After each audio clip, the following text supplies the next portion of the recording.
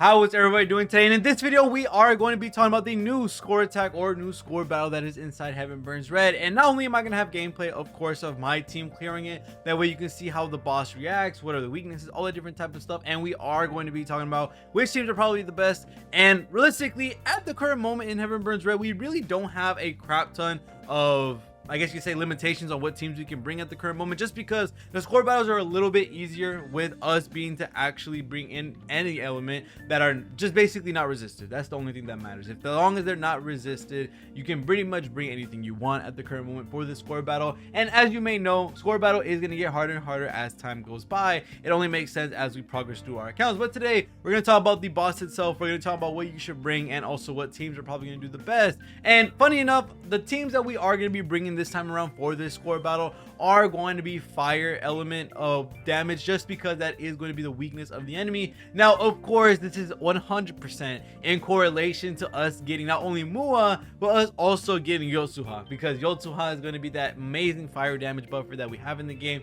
And don't worry, Mua and Yotsuha showcase and also in-depth breakdown video will be coming out very soon. But as we may know, Yotsuha is one of the most insane buffers for fire to date, even in JP. And Mua is also a really strong healer as well, giving tactical vision, which is going to allow weakness damage to do way more, especially if you start double stacking it like you usually would with a lot of the buffs in this game. Having not only the fire buffs that are specific to fire, having the weakness buffs that you can help out fire with, and then all the other buffs and debuffs that you can apply to the enemy and yourself, that's just going to be a crap ton of damage for you to easily basically nuke down the enemy. Now, there are going to be a couple of units that are going to love having this fire weakness up on the boss, and this fire Ruka, I am so jealous of anybody that has it. I'm not gonna lie, because I've been wanting this Ruka for quite some time, just because her ult will be able to just decimate any fire weakness enemy even without buffs. And coupling this with someone like Yotsuha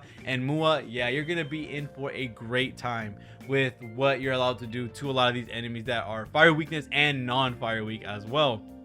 There are a couple of units that are going to help out in this general fashion of doing a bunch of damage in fire fashion, which is of course the Tojo, who's able to help with the fire field. We also have the Inori, I think that's her name is, Minori, who's also an attacker. She's also going to be great for this. And you can also use a character like Isuzu, who has fire attacking moves that allow you to go ahead and either put fire defense down or defense down period. And that can be really strong when you couple it with something like overdrive. That way you can extend the amount of time that you have that debuff down, and then you can do a fat ton of damage. You don't necessarily need an attacker to do the damage that you need for the boss, because the weaknesses alone are just so strong that characters that aren't supposed to do damage can technically nuke themselves. So you can definitely have a character like Isuzu being able to go ahead and literally just nuke down the enemy with what she has, because having an AoE fire defense down, having a defense down, and then extending it with, let's say, something like overdrive, yeah, you can get some crazy stuff down, especially if you have some characters like Yotsuha, characters like Mua all together. And I might even level her up real quick, that way I can show off like a full-on fire showcase. I would love to do so, just because it would be really cool to have a full team of fire, which I literally have all the best pieces. I just don't have the possibility of doing, because I don't have any attacker that I want, or more realistically, I don't have the Ruka that I would want. But there's so many fire units in this game that are going to make 100% absolute annihilation of the score battle boss, just because we have the best fire buffer for up to JP for fire. And it's absolutely insane what Yotsuha could do. We got Mua, we got Isuzu, we have not only the Ruka, but we also have the Minori. There's just so many characters that can help out with this score battle. And this score battle realistically is a little bit of a cut and dry one. We are looking at a character or a boss that is just going to be doing not only a single attack, which is going to be the debuff, which is attack down for the most part, so you can get unlucky, but you shouldn't have to worry for the most part, just because the attack down is going to hit your front line only. And usually your buffers, your defenders, your healers are all going to be in the front line, while your attackers are all in the back line. So you really shouldn't have to worry too much about what's going to be happening on the front line, as long as you're not dying. That's the only thing you have to worry about. Everything else, you really don't got to worry about the debuffs. There's no defense down as far as I remember. Last time I remember, it was just attack down, and that really didn't bother me at all, just because I had Aoi. And when I had Aoi, yeah, nothing dies when Aoi's on field, just because of that insane angel wing skill that you can have on the field.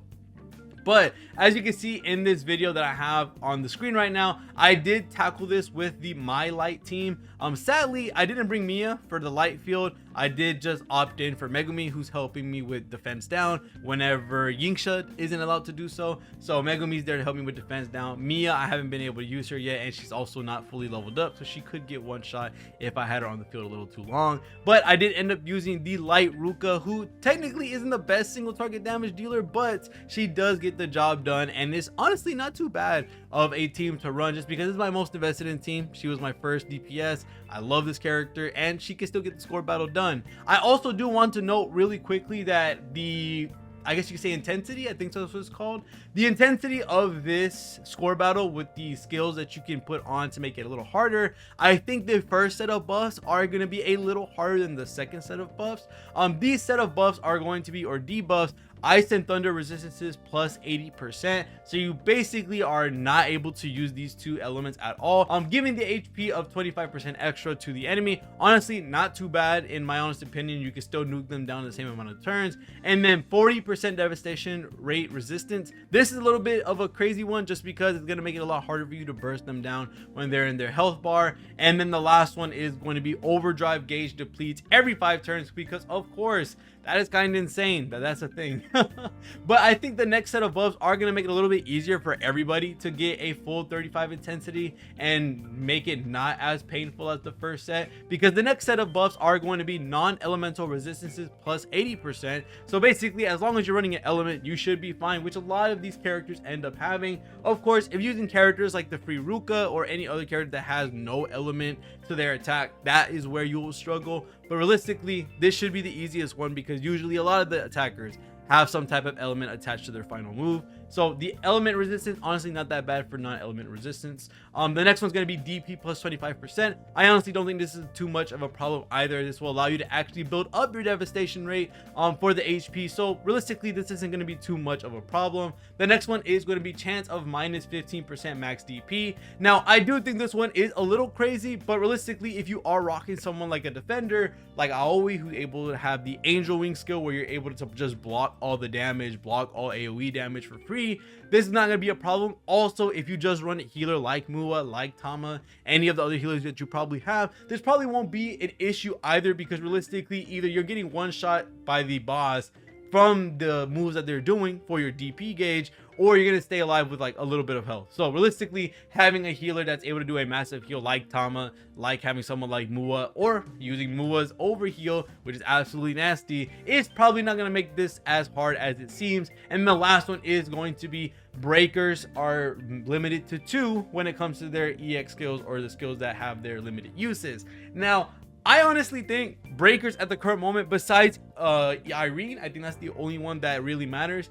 Irene is the only character that this kind of affects, and it kind of like stops you from being able to do your nukes as much as you would possibly want if you do need to use multiple uses. But realistically, having the breakers limit their uses really isn't the craziest thing in the world, just because a lot of the breaker characters aren't really used in most teams besides Irene. So having this on, having the max DP chance of losing, having the extra DP on the enemy, and also having non-elemental resistance up by the enemy, there's actually a better set of buffs in my honest opinion than the ones that we have currently, which make it a little bit harder to deal with the boss, just because it gives them more HP, it gives them devastation resistance, which makes the ramp up of your damage a lot slower. And then same thing with the overdrive gauge. If you use this a lot, this also gets depleted, and it makes it a little hard and a little slower to deal with. So realistically, I do think these last set of buffs are definitely going to be it if we're going to be receiving these in the score battle. I don't remember if it's in the game that they have an expiration date and these are the ones that are coming, but if these are the ones that are coming, you definitely want to use those. So other than that, that's pretty much it for this video when it comes to the score battle. I show you the team that I use. I also showed you the buffs, also what characters are going to be really great for it, the weaknesses, all the different type of stuff. Let me know how you did in this score battle, and let me know what your highest score is. But other than that, thank you guys so much for watching. See you on the next one, and peace.